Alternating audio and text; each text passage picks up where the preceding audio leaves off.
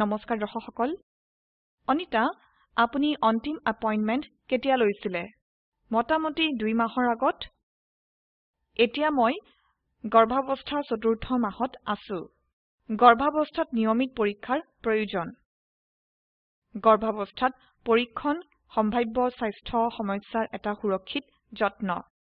এইটো গৰ্ভাৱস্থাত হোৱা জটিলতা কমাবলৈ সাহায্য কৰে পৰীক্ষণৰ প্ৰতি 3 মাহ অন্তৰ আৰু গৰ্ভাৱস্থাৰ অন্তিম মাহত সাপ্তাহিক হোৱা উচিত পৰীক্ষণে নিম্ন বিষয়ৰ তথ্য প্ৰদান কৰে মাকৰ মানসিক পৰিৱৰ্তন জন্মৰ পূৰ্বৰ পুষ্টি আৰু খাদ্য ভিটামিন আৰু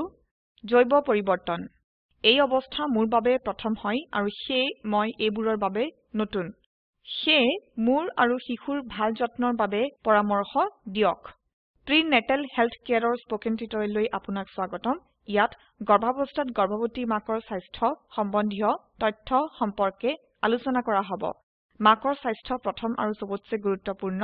সেই আইৰণৰ অভাৱ প্ৰতিৰোধ কৰা সবতছে জৰুৰী গৰ্ভাৱস্থাত গৰ্ভৱতী মাকে আইৰণ যুক্ত খাদ্য গ্ৰহণ কৰা উচিত গৰ্ভাৱস্থাত শৰীৰত অধিক ৰক্তৰ প্ৰয়োজন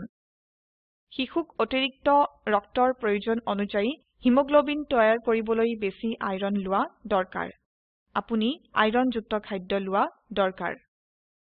সেউজীয়া সবজি ডিমৰ কুহুম শুকান ফল মটৰ গুটি আইৰণ সমৃদ্ধ শস্য সিজাৰিয়ান প্ৰসৱত অনেক বিপদৰ সম্ভাৱনা থাকে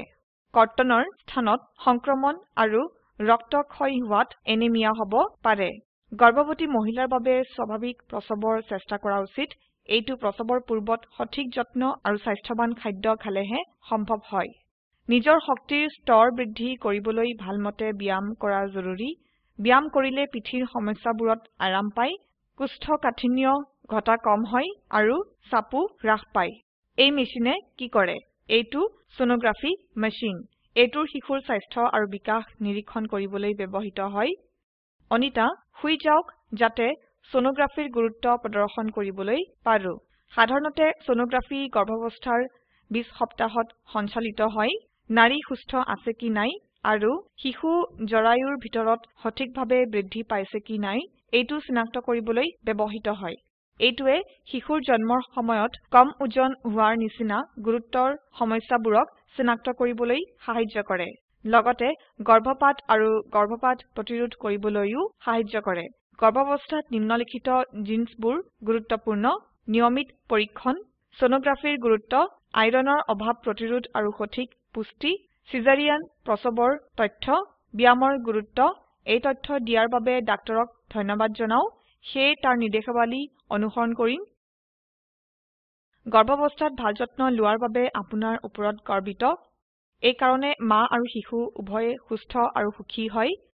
আমি টিউটৰিয়েলৰ শেষলৈ আহিছো গৰ্ভাৱস্থাত ভাল যত্ন লোৱা আৰু পুষ্টিকৰ খাদ্য খাবলৈ মনত ৰাখিব শুনাৰ বাবে আপোনাক ধন্যবাদ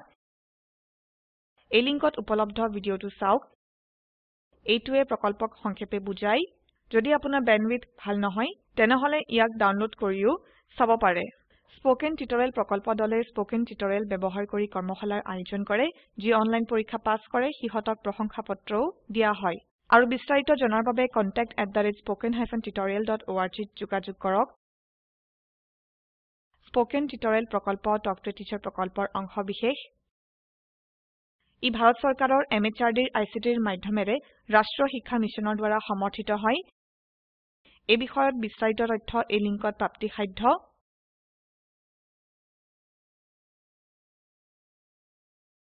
IIT বম্বেৰ পৰা মই মৌচুমী মেধি এতিয়া আপোনাৰ পৰা বিদায় লৈছো যোগদানৰ বাবে ধন্যবাদ